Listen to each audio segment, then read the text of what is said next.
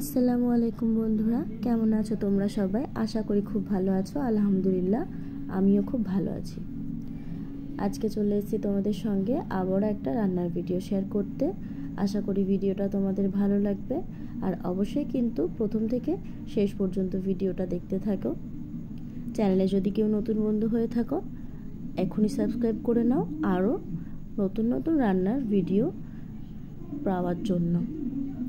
আজকে কিন্তু আমার মা বাড়িতে বাঁধাকপির পকোড়া বানিয়েছিল। বাঁধাকপির পকোড়া তোমরা যদি দেখতে চাও তাহলে কিন্তু ভিডিওটা অবশ্যই শেষ করতে হবে। আজকে আমি বাগানে গেছিলাম লঙ্কা তুলতে। এই দেখো, আমাদের একটা আঙুর গাছ ছিল, সেটা কিন্তু অনেক আগেই গাছটা মরে গিয়েছিল, তারপরে আবারও নতুন করে গাছটা হয়েছে। তো বাগান থেকে লঙ্কাটা তুলে আমি সোজা মায়ের কাছে চলে আসলাম। এদিকে মা বসে বসে বাঁধাকপিটাকে খুব সুন্দর করে জিরে জিরে করে কেটে নিচ্ছে। এটাকে কিন্তু খুব ছোট ছোট একেবারে পাতলা পাতলা করে সরু সরু করে কেটে নিতে হবে।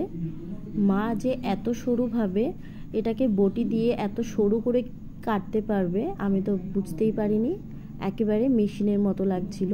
আমি তো মাকে বলছিলাম যে হাত না, একেবারে মেশিন। খুব সুন্দর করে মা এগুলো কাটছিল। আমি তো পারতামই না এভাবে কাটতে। আমার তো দেখতে দারুণ লাগছিল, আর মনে হচ্ছিল এগুলো হাত দিয়ে বারবার করে ধরি।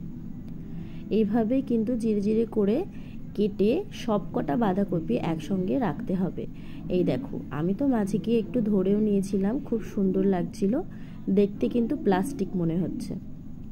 আর এখানে লাগছে একটু কাঁচা লঙ্কা, একটা রসুন কুচি, আর লাগছে কিছুটা পেঁয়াজ। আর কালকে আমি ভিজিয়ে রেখেছিলাম আতপ চাল।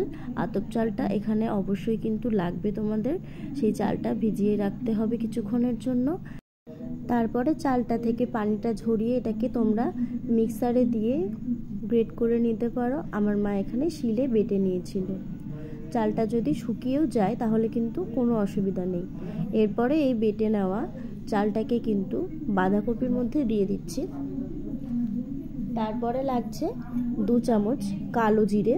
কালো জিরেটাকে দিয়ে এর মধ্যে আরও কিছু কুচানো মশলা লাগবে, যার মধ্যে রয়েছে প্রথমেই কাঁচা লঙ্কা কুচি।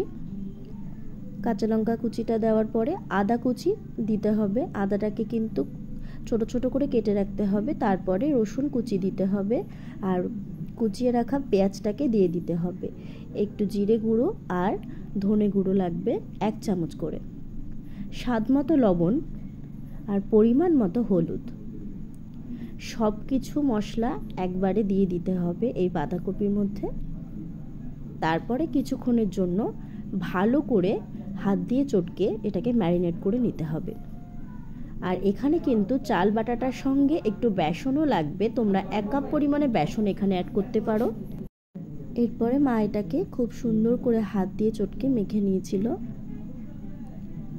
এটাকে কিন্তু তোমরা চাইলে ব্লেন্ডার দিয়ে করতে পারবে না, কারণ এটা কিন্তু একেবারে পাতলা জিনিস না, একটু শক্ত, যার জন্য এটাকে হাত দিয়ে মাখতে হবে।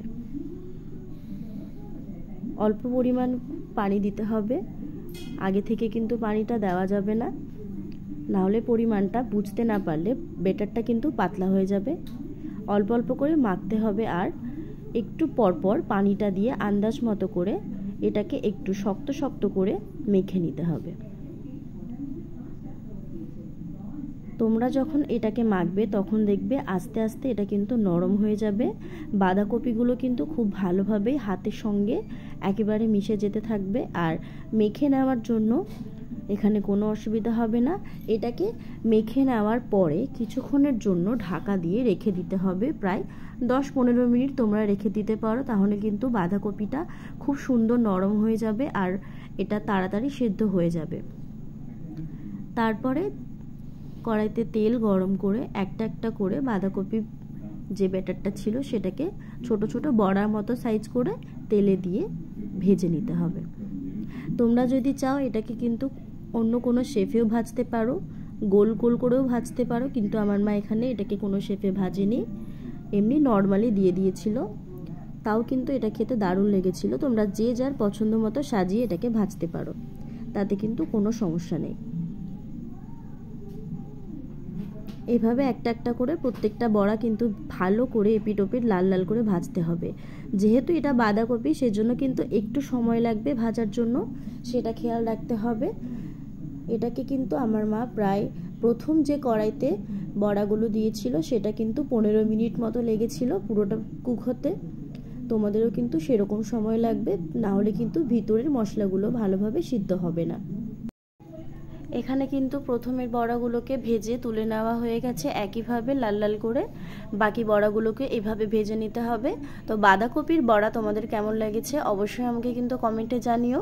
আর টেস্ট কেমন হয়েছে সেটা জানার জন্য কিন্তু অবশ্যই এই পকোড়াটা বাড়িতে একবার বানিয়ে খেতে হবে। অবশ্যই তোমরা একবার ট্রাই করো, আশা করি ভালো লাগবে। আমার তো দারুণ লেগেছিল। এটাকে গরম ভাতের সঙ্গে তোমরা সার্ভ করতে পারো কিংবা কোনো চাটনি বা সসের সঙ্গে খেতে পারো, খুব সুন্দর লাগবে। ভিডিওটা কেমন লাগলো অবশ্যই জানিও, আর একটি লাইক করতে ভুলবে না। কালকে নতুন ভিডিও নিয়ে আবার চলে আসবো। আজকের মতো এই পর্যন্তই। সবাই ভালো থেকো, খোদা হাফিজ।